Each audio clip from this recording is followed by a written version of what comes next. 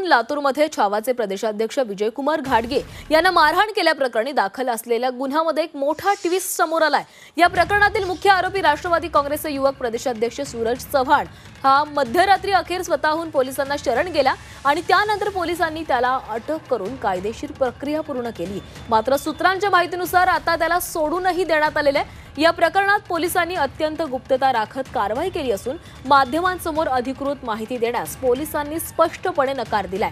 त्यामुळे या घटनेभोवती अजूनही अनेक प्रश्न निर्माण झालेले आहेत। याआधी घाडगे यांना मारहाणी प्रकरणी एकूण 11 जणांविरोधात गुन्हा दाखल करण्यात आला होता आणि यापैकी 2 जणांना आधीच अटक केलेली होती। त्यानंतर आता मुख्य आरोपींसह 8 जण ताब्यात आले असून उर्वरित 1 जणांचा शोध सुरू आहे। दरम्यान छावा संघटनेचे कार्यकर्ते राज्यभर आंदोलन करतायत आणि या आंदोलनाची भूमिका घेतल्याने दबाव वाढलेला होता आणि मात्र सूरज चव्हाण शरण आल्यानंतर लगेचच त्याला मुक्त करण्यात आले। या संदर्भात अधिक बोललेत आमचे प्रतिनिधी वैभव बालकुंदे आपल्यासोबत आहेत। वैभव, सूरज चव्हाण शरण आले, त्यानंतर त्यांना अटकही झाली, मात्र लगेचच त्यांची सुटकाही करण्यात आलेली आहे, जामीनही मंजूर झालाय। नक्कीच विजयकुमार घाडगे यांना मारहाण केल्याप्रकरणी आरोपी असलेले सूरज चव्हाण आणि इतर 9 जणांविरुद्ध कायदेशीर कारवाई करून पोलिसांनी त्यांना सुटका केलेली आहे। त्यांची सूरज चव्हाण जो आहे तो मध्यरात्री पहाटेच्या सुमारास विवेकानंद पोलीस ठाण्यामध्ये शरण आला होता। त्यानंतर पोलिसांनी त्याला अटक दाखवलं, त्याची सगळी कायदेशीर प्रक्रिया जी पूर्ण केलेली आहे। त्याच्यानंतर त्याला आता सोडून देण्यात आलेला आहे, पण त्याला सोडून दिल्यामुळे आता एक नवा वाद निर्माण होण्याची शक्यता आहे।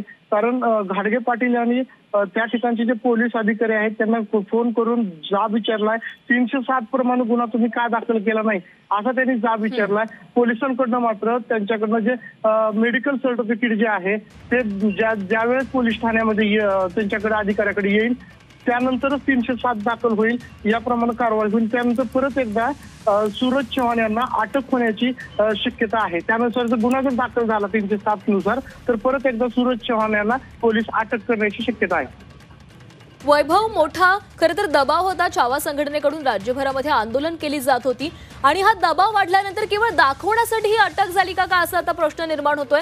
कारण मध्यरात्री सूरज चव्हाण स्वतः शरण जात आहेत, त्यांना अटक होते आणि त्यानंतर त्वरित त्यांना जामीन मिळतोय, म्हणजे केवळ दाखवण्यासाठी आणि हा जी आक्रमक भूमिका घेतली जात होती ती कुठेतरी निवळावी यासाठी ही फक्त अटक होती की काय?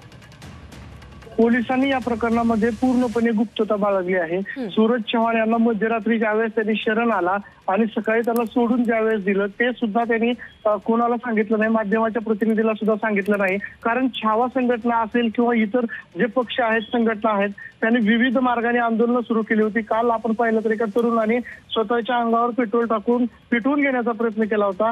पोलिसांवर दबाव वाढत होता, त्यामुळे पोलिसांनी 3 पथकं स्थापन केली आणि सूरज चव्हाण जे आहेत त्यांचा शोध सुरू केला होता। त्याच्यानंतर अखेर सूरज चव्हाण यांना जेव्हा कळलं की आपण पोलिसांकडे शरण यावं, त्यामुळे त्यांनी शरण आला आणि त्याला पोलिसांनी कायदेशीर प्रक्रिया करून आता सोडून दिलेलं आहे। वैभव, मी काही वेळासाठी तुम्हाला थांबवते, आपण एकदा पोलिसांची नेमकी काय प्रतिक्रिया होती ती देखील ऐकूया। सदरचा गुन्हा हा रविवारी दाखल करण्यात आलेला होता। एकूण 10 आरोपी होते, त्यामध्ये आज अखेरपर्यंत यातील मुख्य आरोपी सूरज चव्हाण आणि इतर 9 आरोपींच्यावर कायदेशीर कारवाई करण्यात आलेली आहे। तसेच 1 आरोपी विषयी तपास चालू आहे। तसेच सदर आरोपी विरुद्ध यापुढेही BNSS 126 प्रमाणे कारवाई करणार आहोत। सर, किती जण ताब्यात घेतले, आता किती जणांना? आता आज अखेर एकूण 9 जणांच्या विरुद्ध कायदेशीर कारवाई करण्यात आलेली आहे। सूरज चव्हाण किती वाजता ताब्यात घेण्यात आलं, किती वाजता? सूरज चव्हाण रात्री 4:30 वाजता पोलीस स्टेशनला हजर झालेला आहे। आणि यावर अंजली दमनिया यांनी देखील काय प्रतिक्रिया दिली तीही ऐकूया।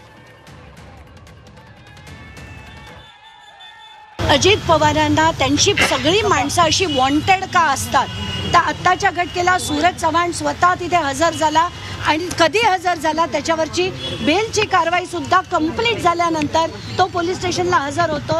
लाज वाटते मला की आपल्या उपमुख्यमंत्री पदाचे जे आपले अजित पवार आहेत त्यांचा माणूस त्याच्यावर सुद्धा तो सुद्धा फरार होतो आणि उपमुख्यमंत्री बघत असतात।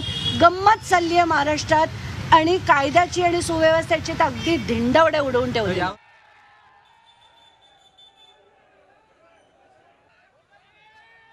तर कारवाईबाबत पोलिसांकडून अत्यंत गुप्तता पाळली गेलेली होती, त्यामुळे चर्चांना देखील उधाण आलेलं आहे.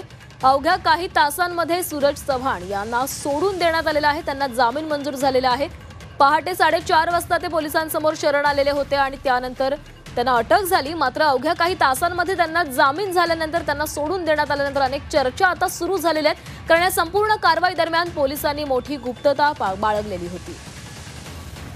लातूरमध्ये छावा संघटनेचे विजय घाटगे यांना मारहाण केल्याप्रकरणी राष्ट्रवादीचे नेते सूरज चव्हाण हे मध्यरात्री पोलिसांना शरण आलेले होते. चव्हाण यांच्यासह 12 जणांवर गुन्हा दाखल झाल्यानंतर त्यांना राजीनामाही द्यावा लागलेला होता. या प्रकरणात सूरज चव्हाण यांच्यासह 10 आरोपींना अटक करण्यात आलेली होती आणि त्यातील आता सूरज चव्हाण यांना जामीन मंजूर झालेला आहे. त्यांना सोडून देण्यात आलेलं आहे. त्यामुळे आता या मारहाणी प्रकरणात हा मोठा ट्विस्ट आलेला आहे. केवळ दाखवण्यासाठी ही अटक करण्यात आली होती का, असा सवाल देखील आता उपस्थित केला जातोय.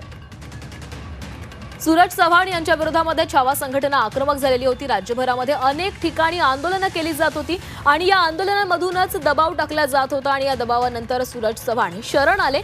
मात्र शरण आल्यानंतर त्यांना आता काही तासामध्येच जामीन झालेला आहे.